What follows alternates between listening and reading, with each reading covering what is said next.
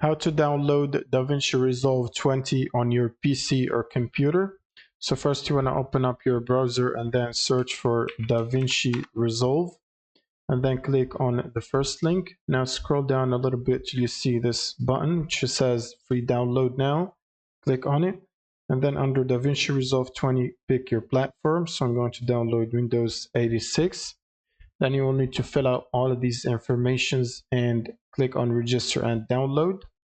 And then you will simply click on DaVinci Resolve 20 Windows zip and it should start downloading DaVinci.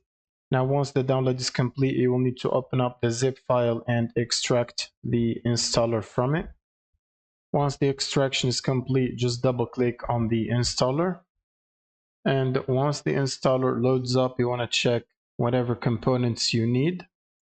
And then simply click on install button to start the installation process.